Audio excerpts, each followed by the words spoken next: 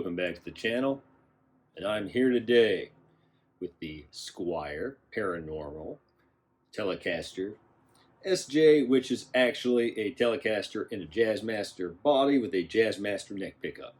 So if you saw my original video about this guitar, you know I love the way it sounded so much I wasn't sure I was going to upgrade the pickups, but I decided to anyway. And today we're going to work on upgrading the neck pickup of this guitar.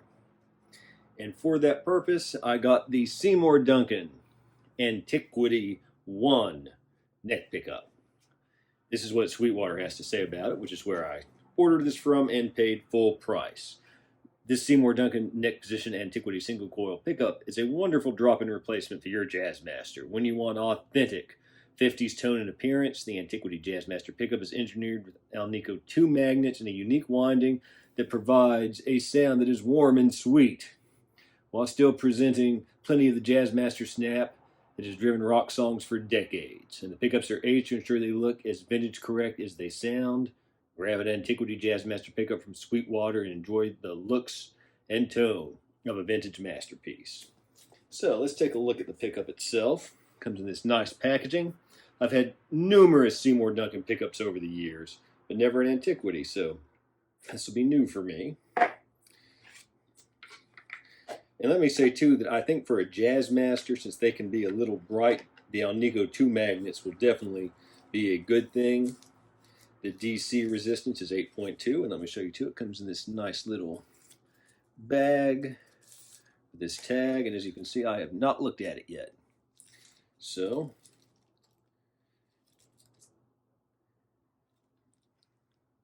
Jazzmaster neck. Don't know what the 846 means, but I'm very confident that JMN is Jazzmaster neck. So here is the pickup itself. It should be a little hotter and a little fatter, a little fuller sounding than the stock pickup, which I think the stock pickup sounds great, but it could, I think, use just a little more oomph. In fact, if you saw my rectangular single coil challenge video, it was the lack of, though it sounds great otherwise, it was the lack of oomph compared to the G&L magnetic field design pickup and the Epiphone inspired by Gibson P90 that made me decide to upgrade. And let me show you two here. Have the nice cloth wire, which I love, on the back, and for all the aging, and it comes with age screws I saw as well.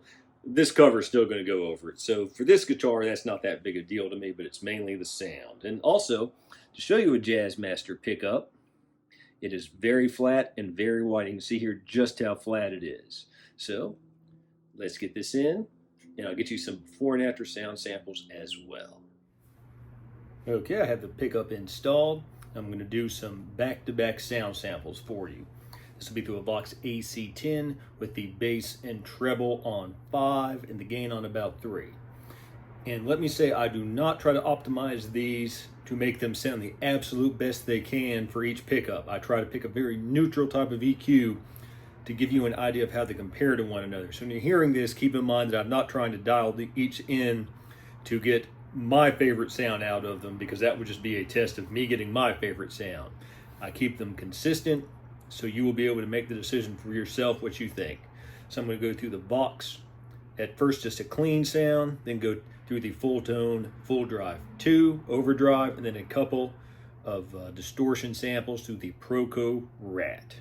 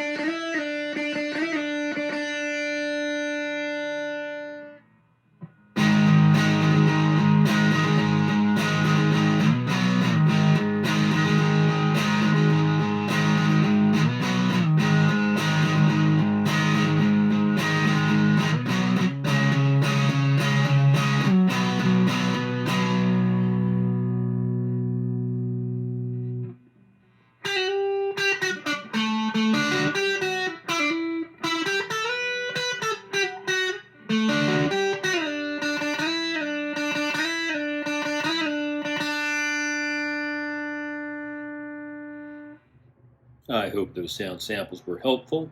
This was a case where I really do think that this pickup is an upgrade over the stock pickup. The stock pickup sounds great, but this really has that Jazzmaster sound to it. It has more clarity, more of that sort of hollow sound. I just really liked it a lot. A little bit clearer. Seems like the stock Squire pickup broke up a little more quickly. This one is just more refined, in my opinion. But of course, you've heard them for yourself. You can make your own determinations. They were all close mic'd with an SM57, as usual. And again, I think that this is having upgraded both the bridge pickup and the neck pickup, I think it sounds better this way. I still think if you bought this guitar and left it entirely stock, you would have a great guitar, and you would not need to upgrade pickups. And in fact, looking at it as a value proposition, I mean, we're talking like $250 worth of pickups here to make it sound a little bit better. So I think that just shows, as great as these pickups are, just how good the stock Squire pickups are. So if you have any questions, please leave them below. Please like and subscribe. And until next time, keep on rocking.